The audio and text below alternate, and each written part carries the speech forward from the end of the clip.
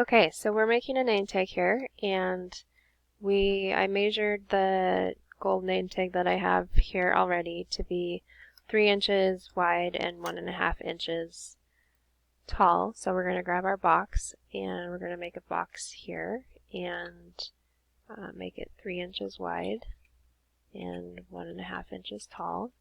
And it's already actually set for rounded corners, but those are a little too rounded for my taste. So there we go, we've got rounded corners. So in Inkscape, when you're creating your box, you have this option to change the rounding of your XY coordinates. So now we've got our box for what we're going to put our name tag in. So a couple months ago, I created this new design for my business and my logo, and there's a couple of different versions of it, but once I decided which one I liked for print, then we had to convert it to being engraved. And so we're going to use this one. So this is what I put on the back of some of my designs, depending on what kind of design it is or where it's going. And put that in there. We'll actually group it all together and lock it for the ratio. And we can then make it a different size.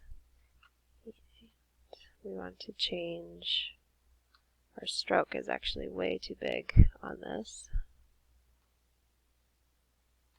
I group it.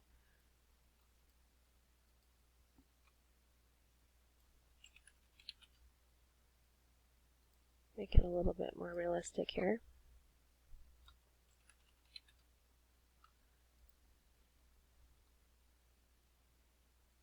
So if we switch over to our display mode, we can see that the lines for the flower petals actually don't crisscross through the letters. So that's one thing that we had to fix for actually being able to engrave in the laser, as opposed to having it just be an image that's printed on paper. And while we were, this is actually the second try I've done for this, because I realized that I should have taken time to pick out some fonts. So I'll show you how I went about doing that, but you won't have to listen to me going, no, maybe not that one, oh, I like that one, etc. I just decided to start the recording over. So I use a font program because I have way too many fonts installed in Inkscape, and I need to take time to redo that and uninstall them and download a font manager. But for now, I use what's called Word Market, which is really great, and you can type in your text and then you can scroll through. These are all of the hundreds and hundreds of fonts that I have installed on my computer. So I went through and I was looking for different fonts that fit both my style, my personality, the theme of my business, etc. It was easy to read, seemed to go together pretty well, etc. And came up with a couple of font choices. So we're going to put our name on the name tag. And I've never actually made a name tag for myself, for my business. But I've had plenty of events where I was like, I really need to have a name tag. And I even offered to make name tags for Chamber of Commerce members, and so I'm working on, this is a really good project that ties in with that, because I need to work up some demos to put together for pictures to put in the flyer. So that will be, I think, something that we do as a different project, is I'll show you my light display setup and how we have that going. But so the font that I chose for my name here is Imprint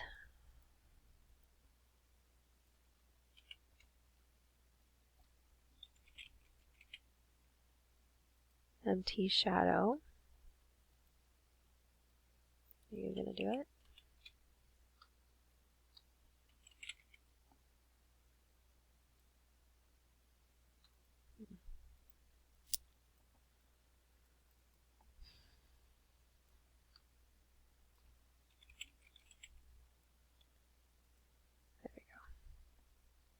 We're actually looking for a different recording program that I can use because the one that I'm using now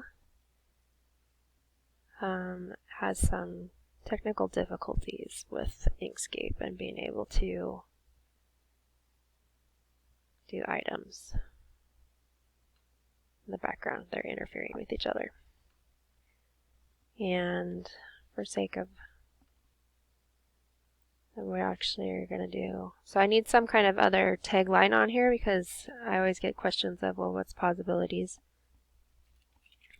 Or like, how do you do this? Do you do this all by hand? If I'm at my display and I have all this wonderful artwork on hand.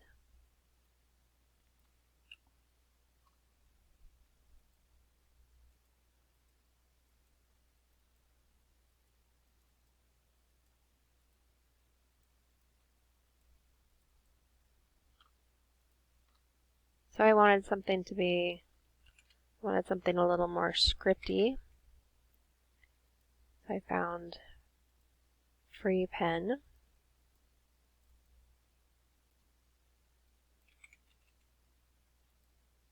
There we go.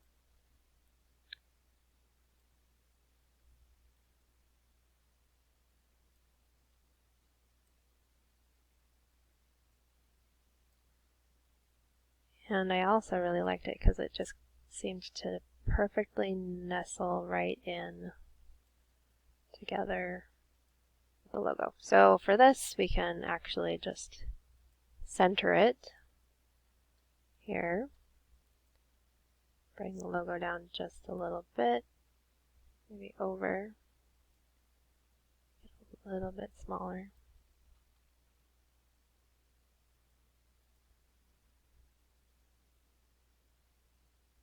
And there we have it. One name tag. So we have a couple of things actually, I'm going to make this just a bit bigger here, to do to get it to read to in the program, in Glowforge user interface. So I always make a duplicate of whatever I'm doing, especially if it's fonts. Sometimes I'll create a new layer and send the duplicate to its own layer and then hide it back there. Sometimes I just move it off to the side. It really just depends on what it is I'm doing. But now we need to actually vectorize. Love saying that word, vectorize. I don't even know if it's a real one, but turn these into vectors.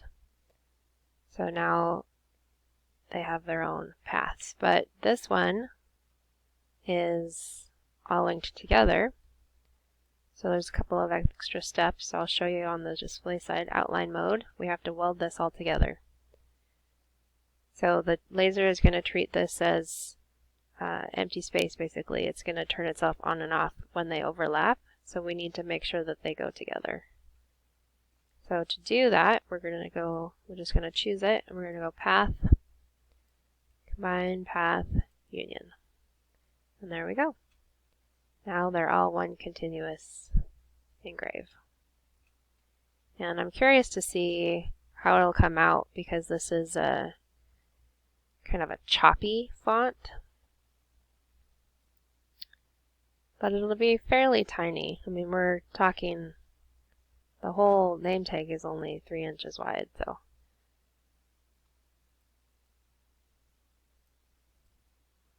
There we go. We should probably save our file.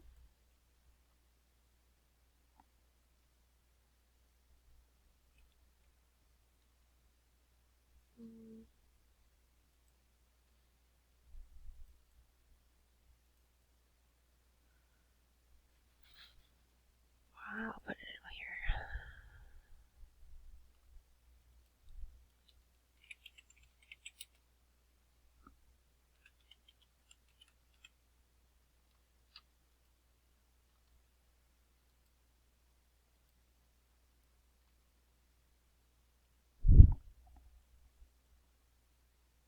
Save it over, actually under challenge also.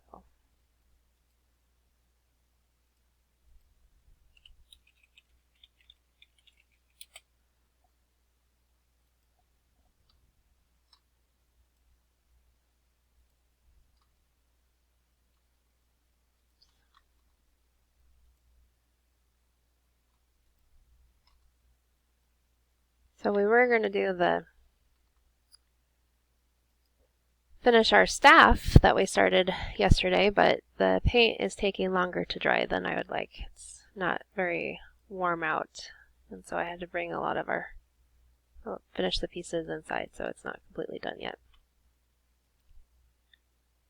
So we'll finish that all tomorrow and post the recording of that. So it's a multi-day project. I thought this one would be nice and easy to just get out and get done.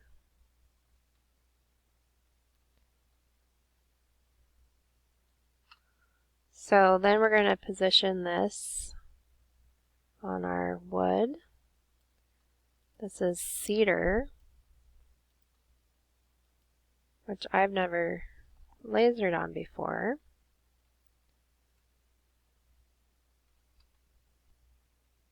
I just switched screens over because I mentioned that I'd never done cedar before, and if you didn't already know it, there is a spreadsheet if you just go to the Glowforge forum, or if you just type in Google and type in Glowforge materials settings, you'll get to this wonderful giant spreadsheet that the community has been adding to. You can see that there are currently 47 people in the document right now. So I'm looking for cedar, cherry,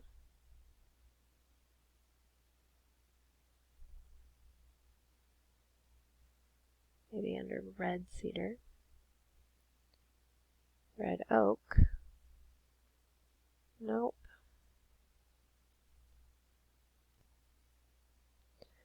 Okay, I paused the recording of this video to look through, and actually the spreadsheet, while it is very awesome, doesn't have any settings for red cedar, so I spent probably about 2 hours crawling down the rabbit hole of the internet and got sucked in. So just was looking through a couple different sites and reading through posts. So there's lots of information out there, but I still haven't found any settings yet for doing that. But just wanted to mention that there is somebody also doing a laser engrave everything video coming up, and so here's the YouTube video for it. And so I did some more research and decided, well, found cedar is a softwood. It has a 23 density. So here's the list of wood. So I thought, well, we'll just go off of that and use some of our preset settings that are in the Glowforge app. So loaded in the design. There's a lot of people in the posts that have said that they love using this cedar from Ocooch, but nobody has said what their settings are. So I didn't take time to rearrange my fonts or anything to make sure that it was all good to go. But we're going to go over here and we're going to look through and find maple, which is our closest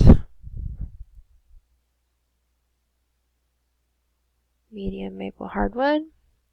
And then on the engraved side, we're going to go in and we're going to tone it down a bit, and we're just going to do some testing here. So let's start with 50. And on my flower that I do, so these are all the different little pieces of the flower. We need to go through and program all of those. So I'm going to go ahead and do this one at 60. Here's the first one that just ran. It's nice. A couple of things though. I think I would want the engrave to be deeper for the fonts. And then the logo didn't work as well as it does on some of the other woods, so I need to take a look at that. But otherwise, I'm pretty pleased with how it turns out. It's pretty gorgeous. And on the back, so there is some flare back going around on the edges. So that's, you know, could be helped if we masked it before we engrave it, but I think this would just clean right off. It looks like I'm rubbing some white paint on it from my fingers. So I'm going to go ahead and stick this back in, but flip it back over so we can use the other side to test our engrave settings. So we ran our first test of our design and it came out pretty good for the name tag, but the logo didn't work very well, and I think it's because it has these double lines going to it, which on the hardwoods it doesn't matter. It looks really awesome, but on the softwood it's digging in too deep and creating more cavity than what we would like it to be, because the way that the file is set up now is the letters will engrave, but then there's a shape that's in between the letters that's going around and doing scoring. So there's these spaces that are getting a lot more extra power, an engrave and a score that they normally wouldn't get. So we're going to go through and fix that. And so to do that, we're going to select our flower, and I'm going to do path, break apart to get it all into sections. And that is not the flower that we wanted to do, so we'll back up here. We want all of these, both those flowers. And then we're going to go path, break apart. So now we have all of these different little segments that we can work on and work our way across all of the letters. And it looks like we also need to do, see if that all broke apart. So now we have all of these little pieces to click through. So we'll zoom in here and start moving from left to right. So here's our first segment, and I can then turn on my node tool here, click the line in between it, and then remove that line. I just did it a minute ago, so make sure we have that one highlighted. Oh, I forgot a step. We need to break path at selected node and then delete segment between it, between two non-endpoints. So then we'll delete our segment. So now we have this piece. So it will only score along this line, and the engrave will still stay the same. I'll do this again on this side. I'll repeat this step. So we click on the whole segment, which is this box going around, and then we grab our node tool and grab the line that we're talking about, and then we break the nodes along that line, choose that line again, and then delete the line. And so now it's been removed. You can see that there's no line going between these two segments. So we'll put that back, and we'll do the other side. Break it, grab it again, delete, grab it, delete. So here is our line on both sides. So I'm going to go through and do that for each one of these. Okay, so I fixed the logo that's on here. I just went ahead and decided to make it all score and no engraving or anything, so just all one color makes it a lot easier. And then these two pieces will score. So we'll load it into the GFUI here where we had our other piece. And the reason that I'm putting it in the same document is so I can just overlay it on top. I don't need to worry about trying to line it up visually with the camera. If I put my design on top of my other design, then it will be in the right spot.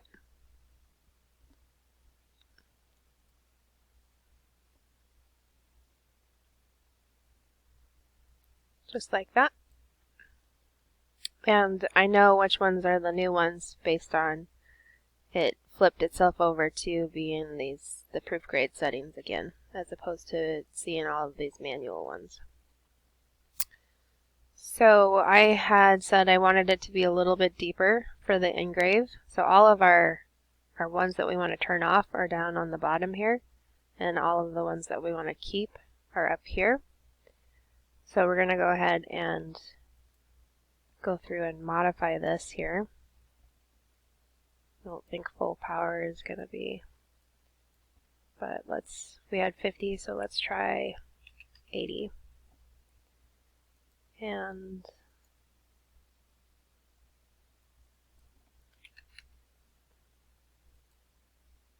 oops, 1,000.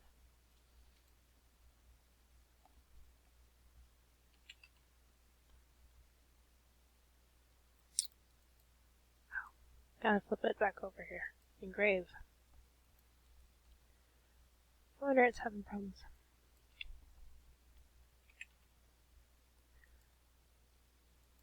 These are little feet pieces.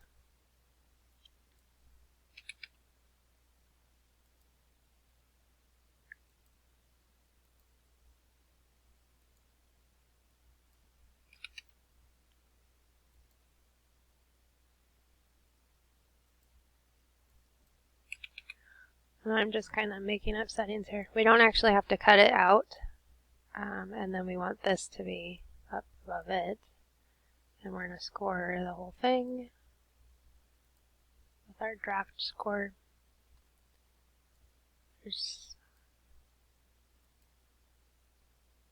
That's probably good. And then we need to make sure that we turn all the other ones off.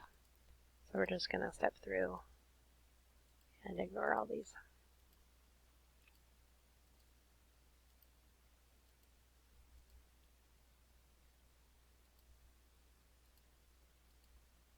Once I do this, though, I lose the memory of what we had these all set on.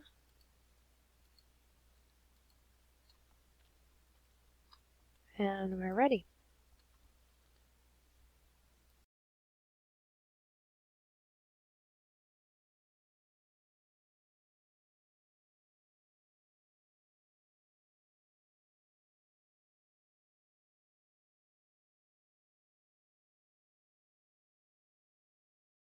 We'll zoom in a little bit here. You can see that it didn't work quite the way that I want it to. But everything else looks really good. And then the first version.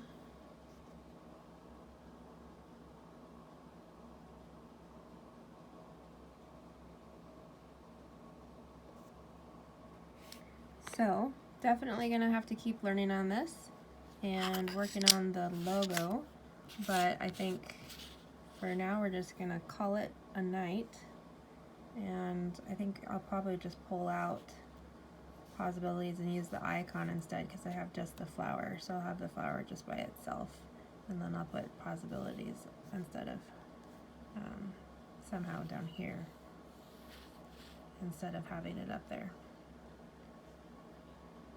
Here it is. I just quickly threw together a different design and popped it into the Glowforge, ran it while I was working on bringing all the video edits in, and now we're going to put our little magnet back on. So I have a I have a big box here of these. I've got lots of boxes that I had ordered in for a different event that now we're going to be using for name tags. So we're just going to flip it over and we'll put our magnetic back on. And the sticker just pulls right off. It's this 3M sticky tape, which is super, super sticky. And we just put it right on.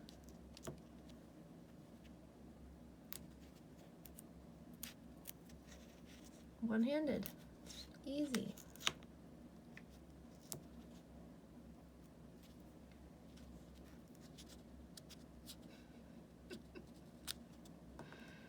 Oh, the struggle is real. Okay, good enough. And there we have a name tag.